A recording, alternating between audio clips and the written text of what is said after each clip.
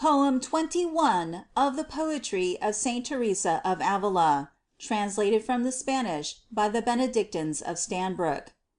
This recording is in the public domain.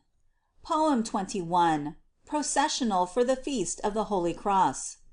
En la cruz está la vida. The cross contains our life and our soul's solace. Therein doth lie the only road that leadeth to paradise. Upon the cross is found the Lord of earth and heaven, and perfect joy of peace profound. The war bewaging, from all the ills this mortal exile holds, lies in its limits, and by the cross alone it is we wend our way to heaven. 'Twas of the cross the bride declared to be her beloved, that it was like the stately palm which she had mounted. The very God of heaven himself its fruit hath tasted, and by the cross alone we wend our way and march to heaven. 'Tis like a tree of leafy green, the bride's delection, who sat her down to rest herself beneath its shadow, that she might joy in her beloved, the King of glory, and by this means alone we wend our way to heaven. In sight like to a precious olive, the holy cross with its oil blessed of unction doth anoint and doth illumine. Then, O my soul, embrace the cross with joy and gladness, for 'tis the road only whereby we reach to heaven.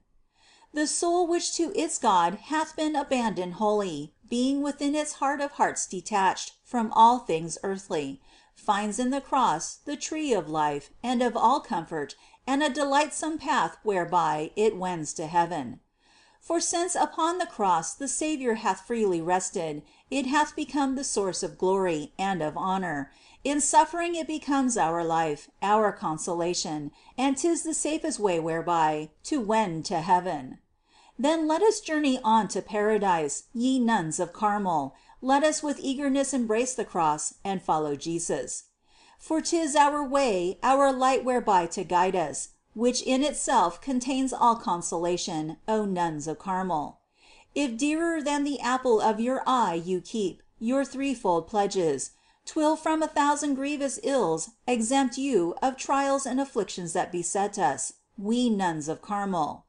The vow you promised of obedience, although it be of very lofty science, ne'er will permit you to do any evil if ye resist it not, from which may the great God of heaven e'er preserve you, ye nuns of Carmel.